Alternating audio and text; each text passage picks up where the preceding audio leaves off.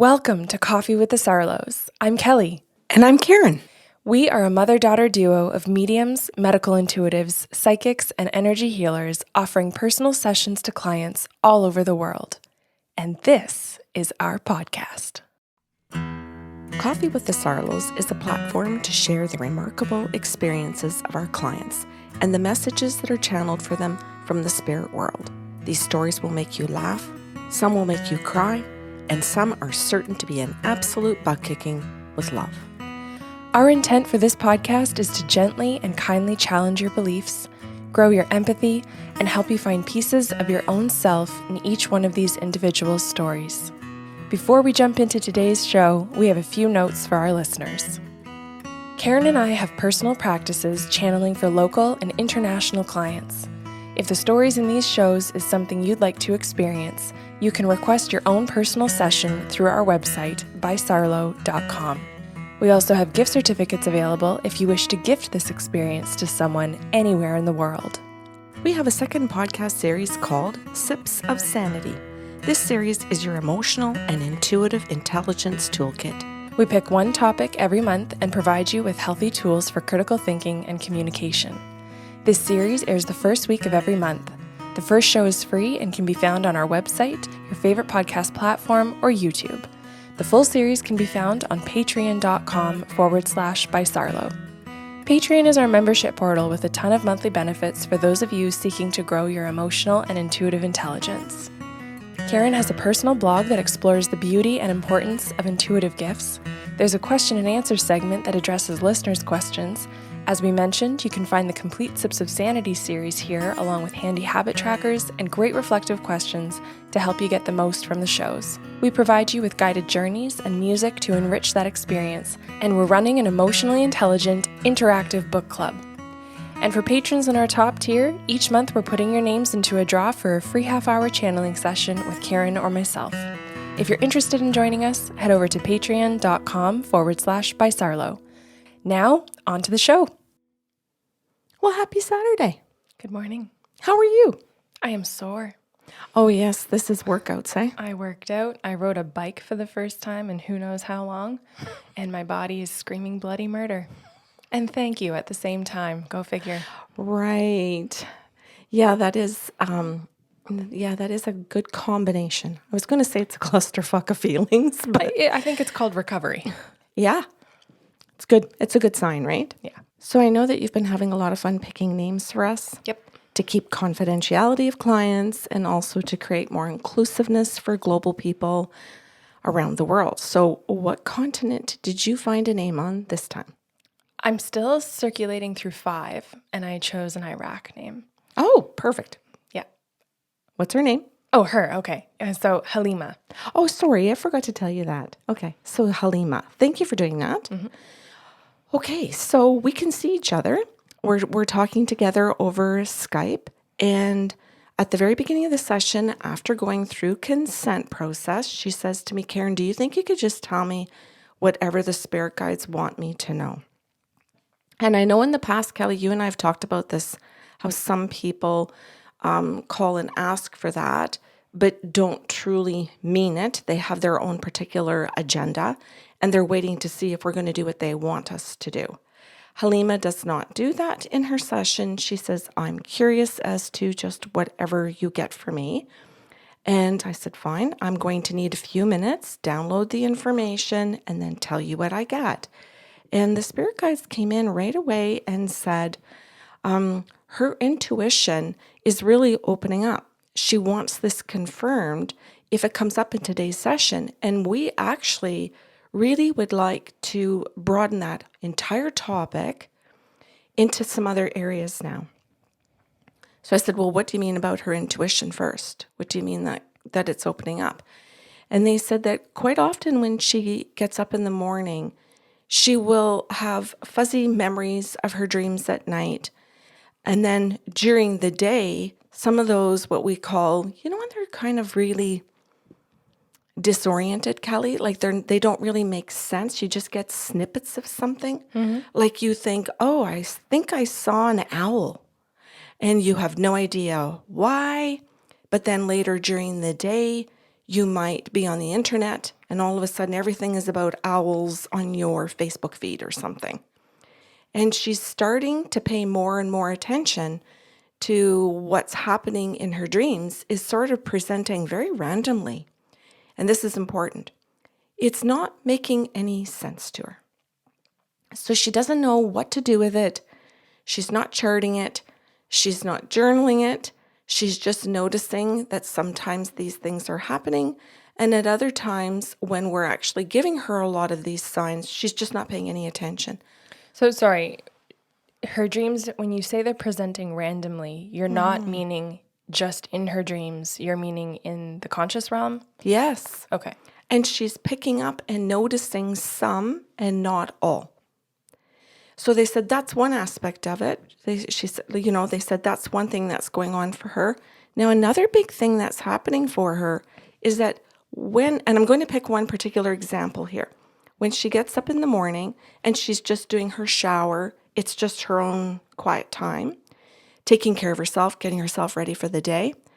She starts, as she's doing her makeup or brushing her teeth, she'll start thinking thoughts and she'll start having conversations in her head like she's talking to somebody. And she'll go down this road and she thinks, who the heck thinks like this? And she'll think, why am I having conversations like this in my head? Like, what is wrong with me? And so that kind of happens. And then again, just like the other stuff, she just sort of pushes it aside. But it's happening fairly consistently. And then it started to shift. And she started to notice that later that day, she might just be out buying a magazine. And she hears that conversation between two people near her. Mm-hmm. And she's like, oh, that's really cool. Oh, that's really weird. Oh, that's really freaky. And she dismisses it with those words. I'll say she uses words that are dismissive. But she's starting to notice those little things are occurring. And she thinks, oh, is this what they're calling synchronicity? Is this? And so she's wondering what it's called. And she's trying to find words that she's heard, but doesn't truly know what they are. And she's labeling it or trying to figure out by labeling it, not always correctly. So she's got some of that happening. And they said another thing that she's going through right now is she may get like a sore foot. And she's totally fine. She has a sore foot for a little while, maybe 10 minutes, and it's extreme. And she thinks, I got to go to Emerge. I need to go to the doctor's office. Maybe I better find a clinic. I wonder if I should do this before work. And then she thinks, okay, so she starts to get ready. She gets out her health card and her cash or whatever she needs. And it passes. And then later in the day when she's at work, somebody will say how they had hurt their foot on the weekend. And she just lets it go. She doesn't think that that has anything to do with her pain or her foot. And she's not piecing that together yet. But it's happening so much that she's developed anxiety. And they said you could start with that and just word it that way because she's not going to understand why you're telling her all of those things. And then you're telling her that she's developed anxiety. She's just going to look at you and go, okay. And so I told her I gave her all of that.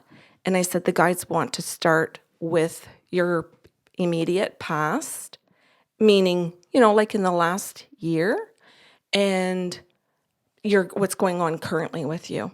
And the fact that all of this stuff is kind of happening, and some of it's really on your peripheral. Some of it is like occurring every day, and some of it's bothering you, but you're not talking to anybody about it. You're not researching it.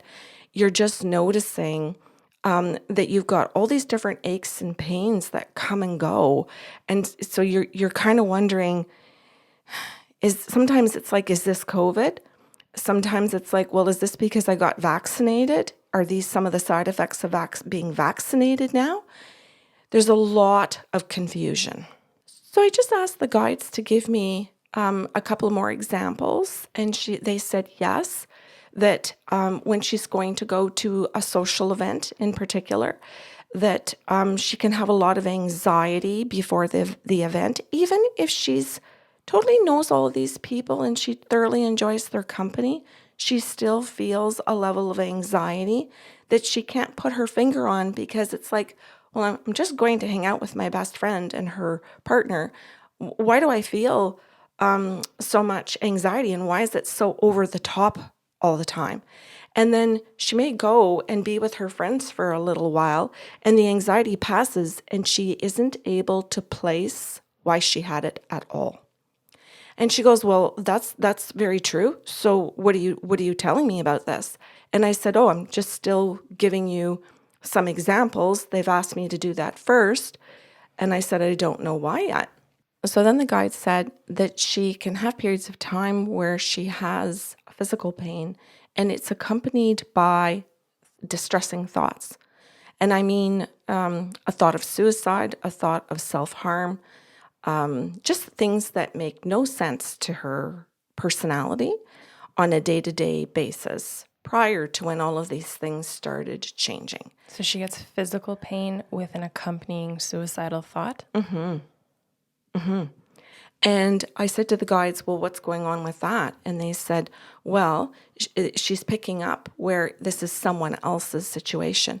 So when she's meeting somebody else after this type of feeling and experience, physically and emotionally, what's happening is that she's picking up on someone else's. So it can be someone else's physical pain and a different person's emotional pain and suffering. And the two of them are hitting her at the same time. So if she's trying to pay attention, which she's not yet, by the way, but if she were to pay attention, she would have difficulty placing them within one person. And the guide said, now you can explain that to her. So I did. And she's very good. Halima is really, really good, Kelly, in that she doesn't interrupt. She listens. She's very, very engaged. You can see that it's hitting all of these areas of her life where she's been struggling, but isn't sharing that struggle with people. And she might ask someone a question, but nothing is getting pieced together for her in a bigger way. And the guide said there are times that she thinks, is this lupus? She thinks, is this schizophrenia? Is this, and then she tries to, I won't say she doesn't try to self-diagnose, but she does go down different rabbit holes thinking something's wrong with me and trying to figure out what it could be based on whatever current knowledge she might have about something, which isn't enough knowledge. And then the guide said, okay, we now want you to ask her if any of that is incorrect. We think we've got all of the symptoms that we want to put into a group to talk to her about today in a good way. And we just want her to kind of realize that we know what's going on with her in all these different ways, because she's scared and doesn't know what to do, doesn't know who to ask. And even if she does know who to ask, it's their feeling and their opinion of her that she's too scared to, that she's frightened to go to a doctor, medical, because they might say it's all in your head. And she's also afraid to go to a psychologist or a psychiatrist to find out it is all in her head and that they're going to diagnose it as a mental illness. So she doesn't really know where to go.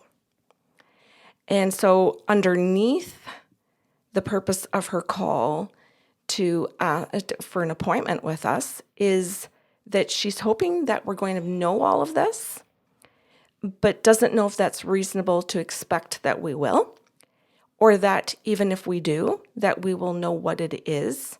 So it's very much in the background of her thoughts. Will they be able to help me with that? But if not, I still need to know whatever the spirit world wants me to know about anything, because I need help in so many areas.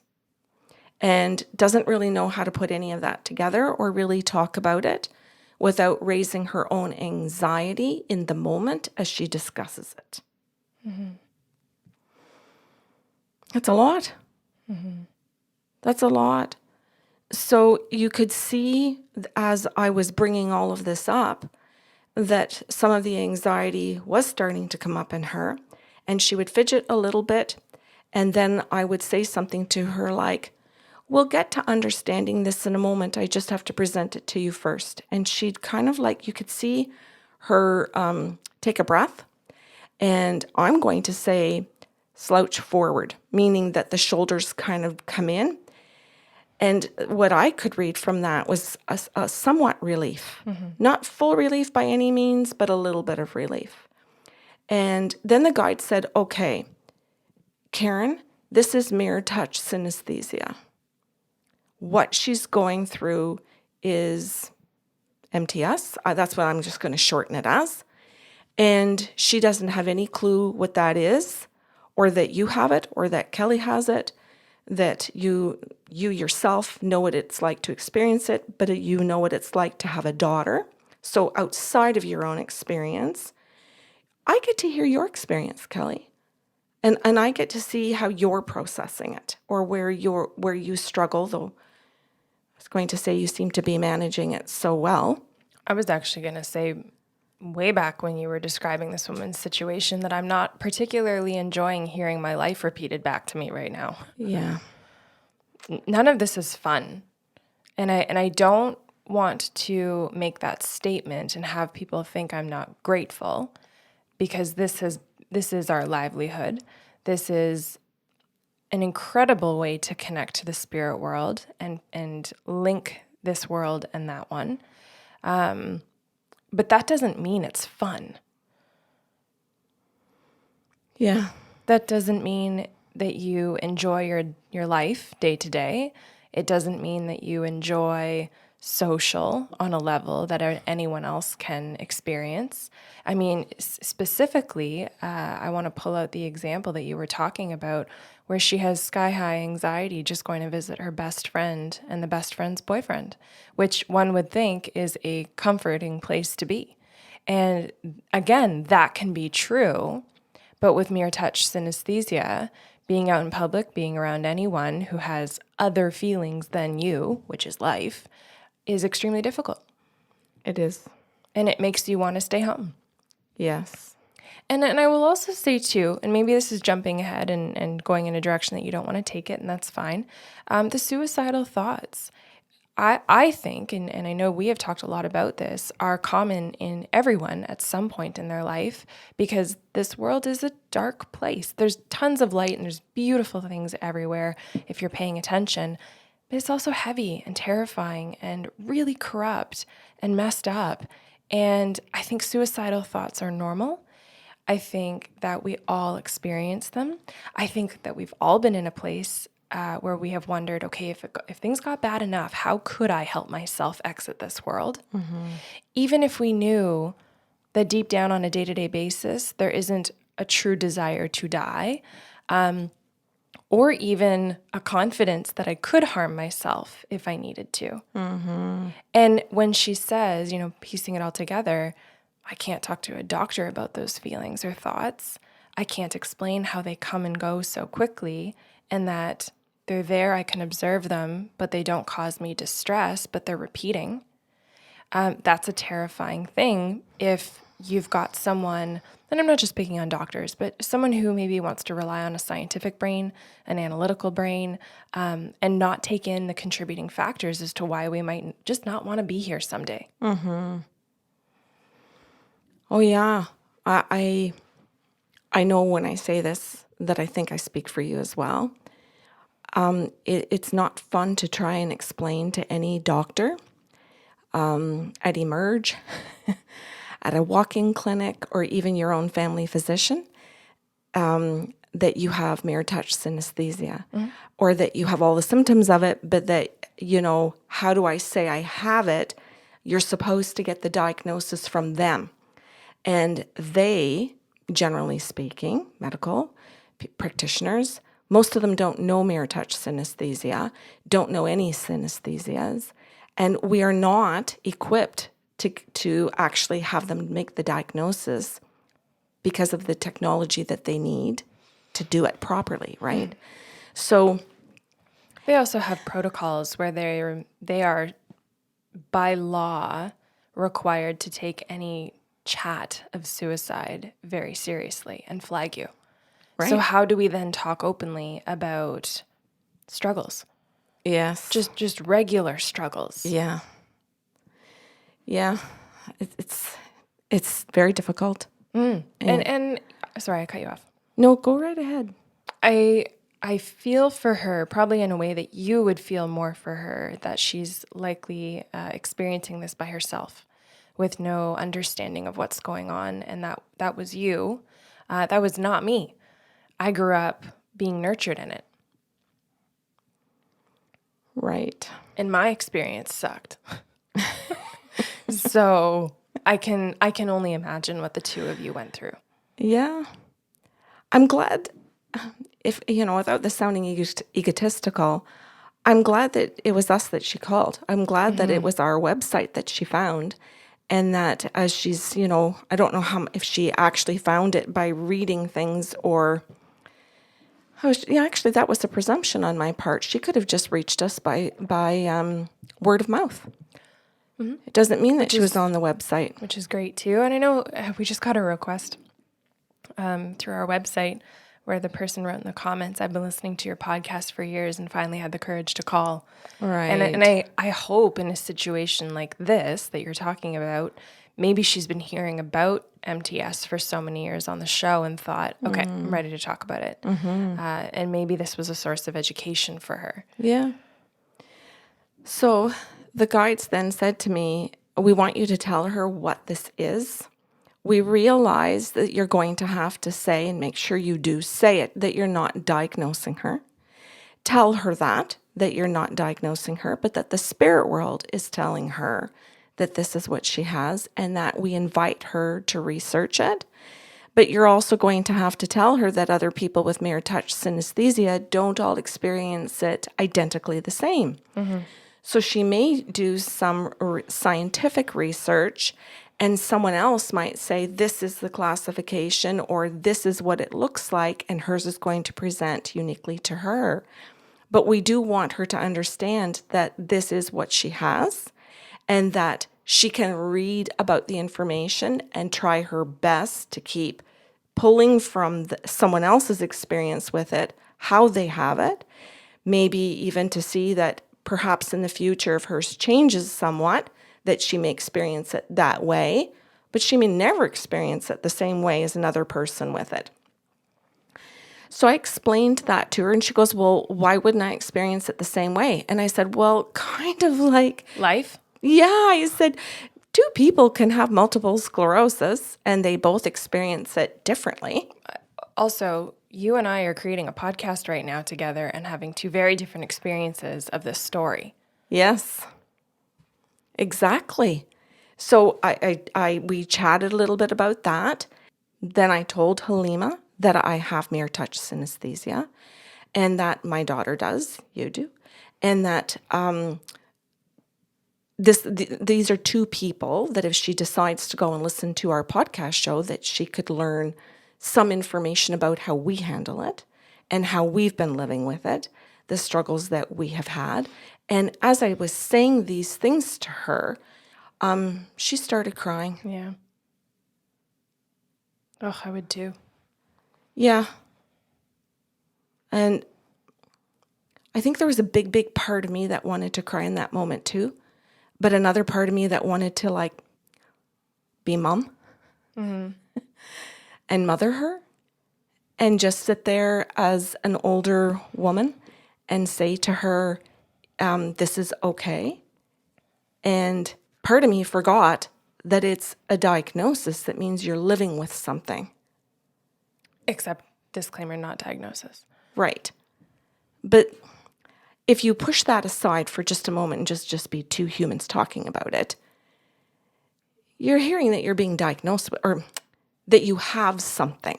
Thank you for helping me. You have a label to what you're experiencing. That's better worded. Thank you. So now, while you're relieved that you have it, you also have to realize that you are labeled with something. And there's a mixture there, eh, Kelly? that you're relieved and happy that you know what it is, but also, shit, I'm not fully healthy, or I'm not fully, I don't know what the word Did you is. just call us not healthy? Yeah. Because we have mere touch? Yeah. You're butchering this. Can I start over? Yes. Okay, like if you're diagnosed with diabetes and you've been struggling for years with your bladder and weight loss and thirst and all of the standard, markers of diabetes, and you finally hear someone say, "Hey, we know what you're living with." Yeah. There's relief to understand, whew, okay, what I'm going through makes sense on some level. The anxiety part is that now I have a lot of work to do to figure out how to maintain this, what my options are to help myself, what things I need to make sure I'm staying away from so I'm not exacerbating symptoms. Is that okay? Yes. Okay. It's much better worded than what I was trying to say. But I was also trying to say that some people feel a different kind of anxiety then because they think, oh, I'm not healthy. That they get stuck in that kind of a mindset of that there is something not perfect about me. With mere touch. Yes. All right. Or with anything, if you want to call it. I think it depends if you're using it as an identity marker, and if you've labeled fair. it positive or negative. Oh, that's awesome. I would not consider myself any less healthy because I have mere touch. Yeah. I have definitely absorbed it as part of my identity, and I'm fine with that story because of what it allows me to do. Yes. I'm very aware of what it does in terms of my limitations for how to live, but that's not how I choose to define myself, by limitations. I'm defining it by how it's enhanced my life. Yes, I can hear that. But she has this little aspect or this mindset in her, Kelly, where she sees it as less than perfect. We're making the same point. Okay, cool. I'm saying defined by limitations, and that's the story I have about myself. In the same way you're saying she's decided that's a story about her imperfections, and she sees that as a problem. It's same. Good. And I'm illustrating for listeners, no matter what you have been diagnosed with or what you view your limitations as, you can define yourself in a very different way, or it can not define you in any way. Right. If you don't make it a part of your story. Well, thank you for that beautiful conversation. You as well. I love that. I love how you approached it from your perspective, and then how in this conversation, I'm still responsible to try and explain to the listeners where she's coming from and her emotional state and her mindset. I get that. So I hope you're not explaining that to me. No, I'm explaining that to the listeners. I'm doing my part, because some of our listeners will completely identify with Halima and think like, right, yeah, she's right. Okay. And it's like, whoa, back up. And other people who are listening who have done their work, moved through different process and are on the other side may still sit here and go, oh, fuck, did I miss something? Did I not get how Halima's seeing this? I want to illustrate, no, you've done your work to be able to not define yourself by limitations, right? So let's give everyone the perspective that Halima hasn't had yet, so that you guys can figure out where the healthy line is. And then I did what we always do in sessions. We paused. We hit the pause button, and I did a check-in to ask her, is this meeting your needs? Is this answering your questions? Would you like to ask questions? Have I crossed any boundaries? May I continue? And she looked at me and she just, honest to God, Kelly, as soon as I did the check-in, everything shifted. You know, I always think back to one of my unfortunate Facebook reviews where someone said to me, like, I was crying. Obviously, I wasn't having a good time. How did you not know that as a psychic? And I think about every time in a show and in a session, you and I say, and then they had their moment where they cried. And that's when we do our check-in.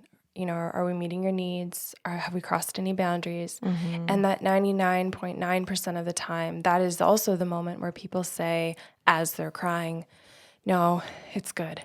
I need this cry.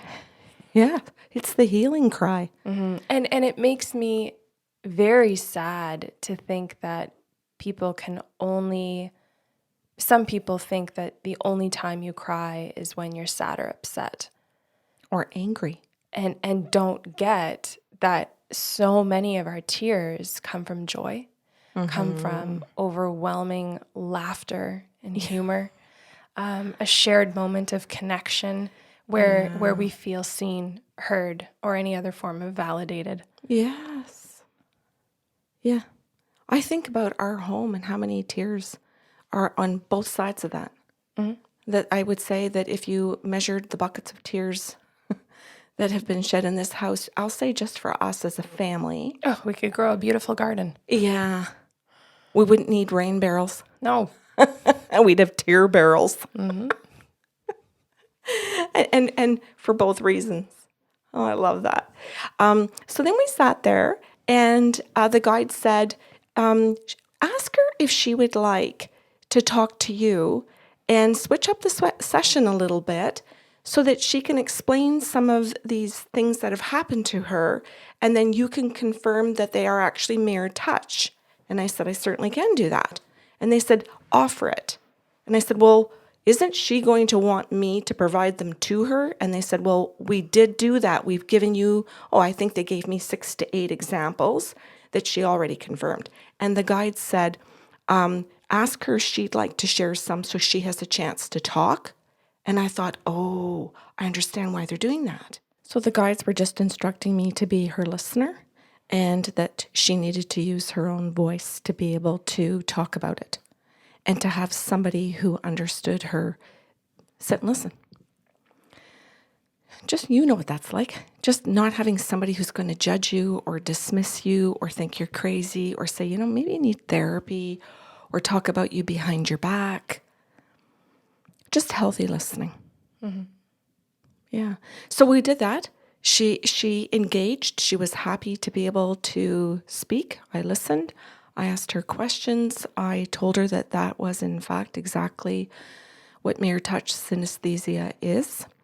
And then the guide said to explain to her that mere touch is one kind of synesthesia and that other people have other kinds. And so I did. I went in and I said to her, I don't need to go into it in any kind of depth, but your guides want you to know that there are other forms. They're saying that you have this one, but that you might, as you talk to other people, encourage others to share their own experiences.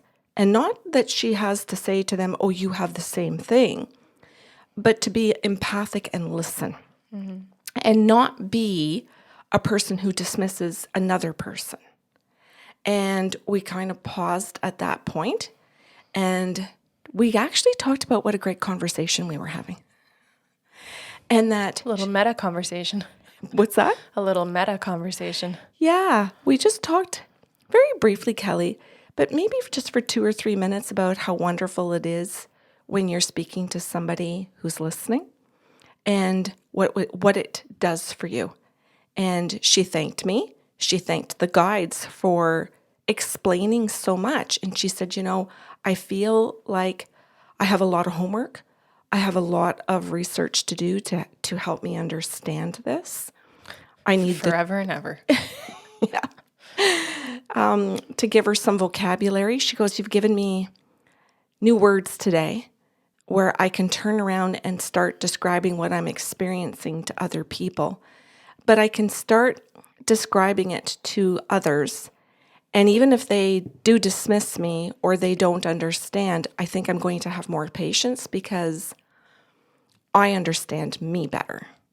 Ooh. That was the gold line in the podcast today.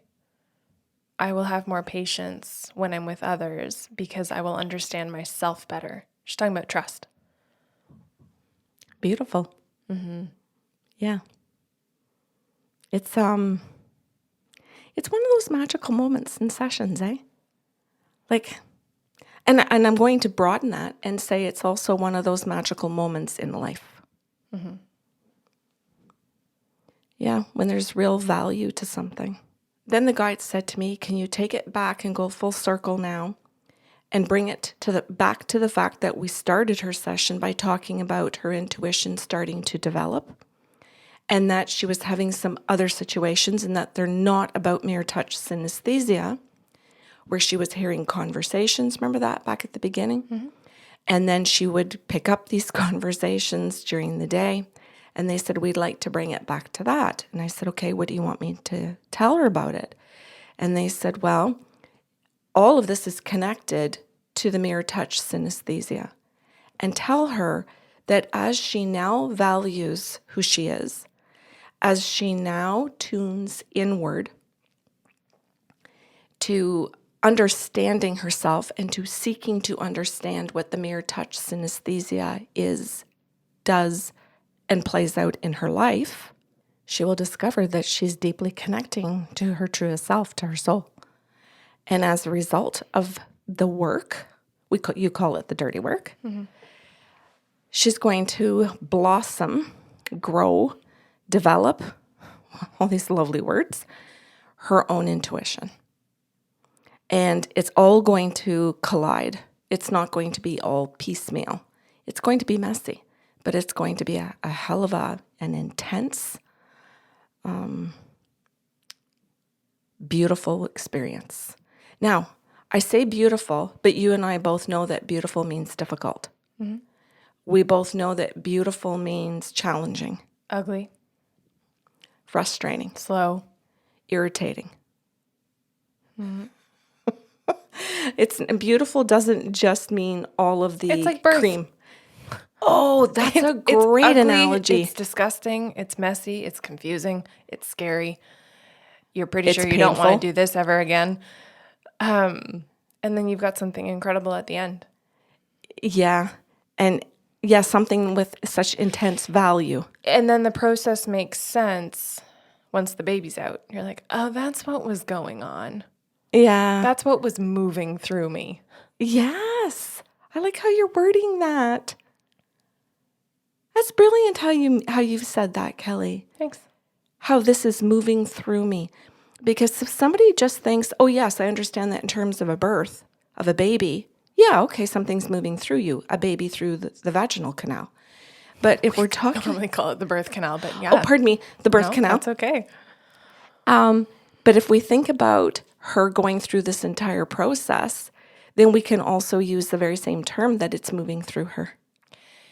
Yeah, and I kind of want to bring it back to my grumpy rant at the beginning, in that many women who do go through the birthing process, when they're asked to talk about their experience and reflect on their experience, they feel this big pressure to only use wonderful descriptions, mm-hmm. happy, positive descriptions, and that their experience of birth can only be this wonderful, grateful thing that they have. And there's a lot of rage and frustration about that, because in fact, so many parts of the process were the exact opposite. Mm-hmm. We love what we got out of it.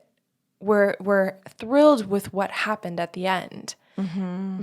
But that doesn't mean that the whole process was something that I felt thrilled about each step of the way. Yeah, that's right. And I love this different movement of being able to talk about things in a more realistic way.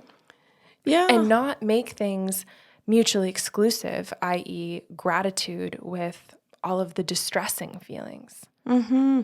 You know what, Kelly, you remind me of somebody, and I'd like to protect her identity, but just someone we both know personally. And I remember one time someone asking her after her birth of her first child, and how was about the birthing process. Mm-hmm. And she said, I fucking hated it. It was painful as hell, but I love my daughter. And that's a beautiful way to word that. Like, she's being honest about what the process was, mm-hmm. but then also saying, but I'm not dismissing the fact that I love my child. Mm-hmm. And I think the fact that she even had to qualify that mm-hmm. still speaks to the fact that people think, oh, well, then she's just not grateful and doesn't love being a mother. Mm. Those things are not the same. Yeah. Yeah. Thank you for wording it like that. I remember Abby Wambach, I don't know if I'm pronouncing that properly, a professional Olympic soccer player, saying that she hated every minute of her life on runs, every minute of her life when she was training, and yet loved the game, loved the sport, would never change anything because soccer means so much to her. But the entire time she had to run laps, she was like, what am I doing? I feel like that when I'm lifting weights. That's what I mean. But then I love the fact when I see that I actually have strength when I'm going to move a piece of furniture or, I don't know, just open a jar in the kitchen or something, right? Mm-hmm. Or somebody says, can you give me a hand with it, lift this? And I'm like, I think I can. Yeah. I like, we're kind of going in a different direction at this point, but I love that people can hopefully take this message in the podcast and think, oh, I don't have to love every step of the process to love the relationship. I don't have to love every step of the process to love the job, or the event or the sport or the hobby. It can be that I love particular parts or the outcome, and that can be enough. Mm-hmm. Okay, thank you. Mm-hmm. So her session came to an end, and it came to an end in the sense of gratitude. Like, Yeah.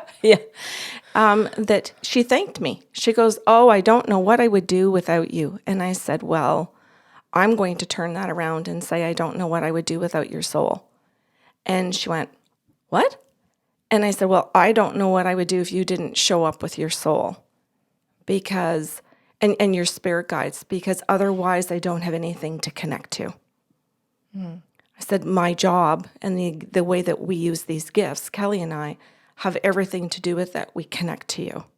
We just connect to you on a different level than most people are trying to accomplish. Or perhaps for some people are capable of. Mm-hmm. That's all.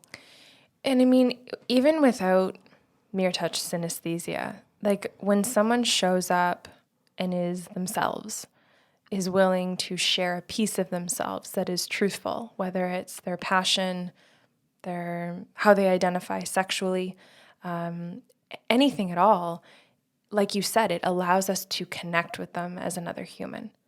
Right. That's the point. It's not actually important about what the specific what is. It's that they're showing up authentically. Mm-hmm. I just loved the fact that this is a type of show that shows people what can happen in a session when you truly show up in an open session and say, what do the spirit guides want to tell me? They came in and picked one aspect of her identity, her life path, her purpose, and said, and here it is with love. Just love that. Cool. Well, thank you for sharing. You're very welcome. I hope people enjoy that as a Saturday morning comfort show. Thanks for listening to Coffee with the Sarlos. If you enjoyed the show today, help spread the love with a like, share, or review of the podcast. See you next Saturday with a brand new episode.